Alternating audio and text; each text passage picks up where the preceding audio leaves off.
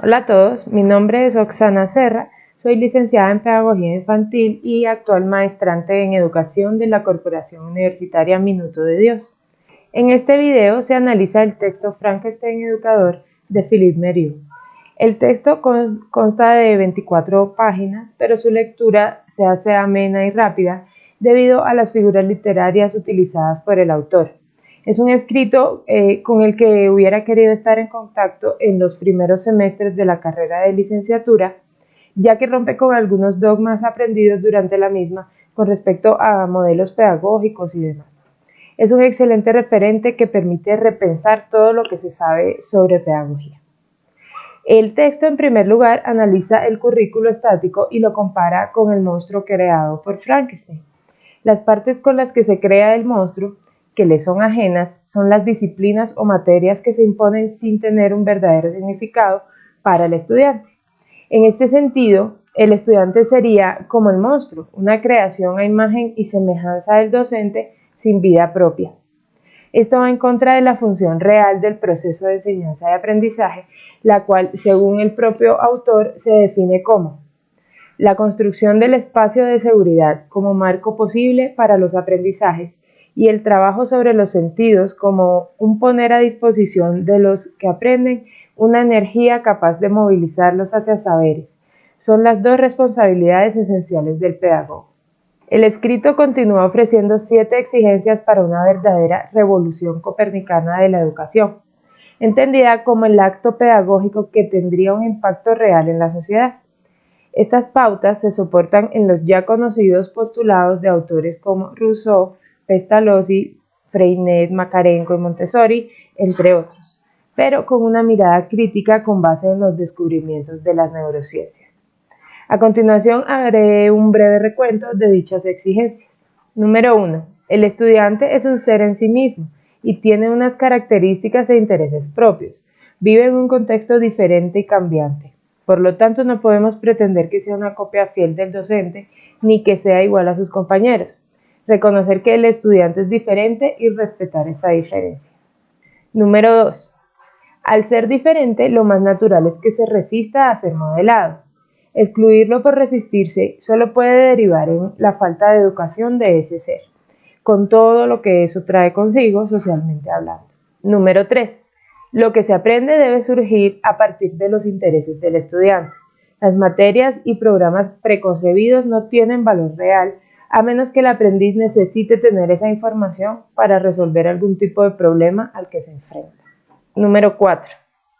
El aprendizaje parte de una decisión consciente del estudiante. Si éste no quiere aprender, no aprenderá.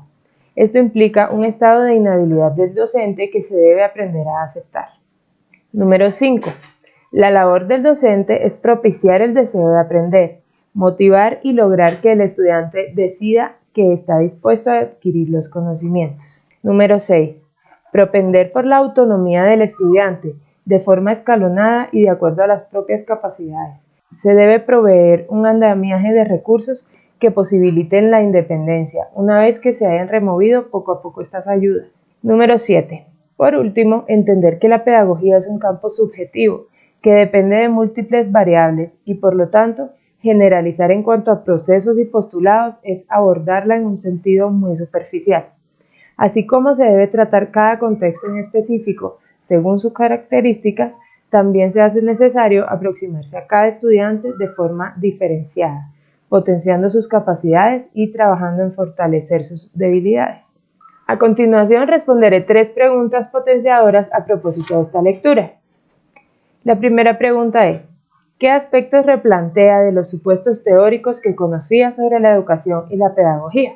La respuesta sería que el niño debe ser el centro de la educación. Ese es el supuesto teórico que me replanteo, ya que no se refiere al sentido en el que el niño pueda hacer todo lo que le plazca y que él mismo dirija su educación, sino a razón de las relaciones con su entorno, de forma que se produzca un aprendizaje. En ese orden de idea, la labor del docente radica en palabras del autor, movilizar todo lo necesario para que el sujeto entre en el mundo y se sostenga en él, se apropie de los interrogantes que han construido la cultura humana incorpore los saberes elaborados por los hombres en respuesta a esos interrogantes y los subvierta con respuestas propias, con la esperanza de que la historia tartajee un poco menos y rechace con algo más de decisión todo lo que perjudica al hombre. Por lo tanto, la formación del niño es el centro de la educación, de manera que sea introducido y no moldeado, ayudado y no fabricado. Esto es totalmente contrario a los supuestos teóricos estudiados por mí en la licenciatura. Sin embargo, brinda una mirada más contextualizada a la concepción del niño como núcleo central del currículo, por medio de las actividades que lleva a cabo en cada ambiente de aprendizaje. La segunda pregunta es, ¿qué aspectos de la lectura le fortalecen su práctica profesional? Sería el hecho de ver a la resistencia como algo normal. A veces nos pasa que preparamos muy bien la clase, sacamos ideas novedosas, materiales originales, y sin embargo nos encontramos con estudiantes que rechazan las actividades y lo expresan de forma verbal o no verbal. Esto es muy frustrante para el docente y abre paso a la improvisación, al desorden y a la indisciplina. En palabras del propio autor, hay que admitir que lo normal en educación es que la cosa no funcione, que el otro se resista, se esconda o se rebele.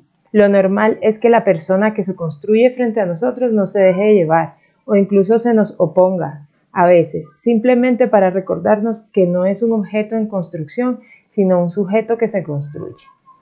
Entender que es normal que suceda permite prever las situaciones que pueden presentarse y tener planes alternos para combatirlas.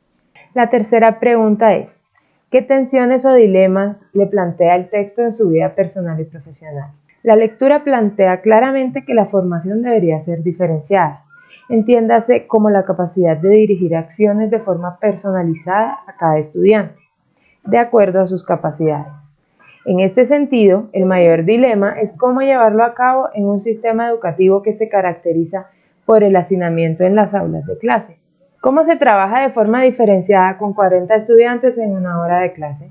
Según esta lectura, la respuesta a esta gran interrogante tiene resolución por medio del trabajo por proyectos, ojalá creando equipos que tengan integrantes de diferentes edades y características. Y aquí se plantea otro dilema. Entonces, ¿dónde quedan los niveles educativos? Para concluir, quisiera decir que la revolución copernicana de la educación que plantea el autor sí es posible. Sí y solo sí nos abrimos a nuevas miradas en la educación soportadas por las investigaciones desarrolladas en el campo de la pedagogía, de forma que entendamos que educar es un deber de todos los miembros de la sociedad y que es un fenómeno que sucede activamente en todos los ámbitos de la vida.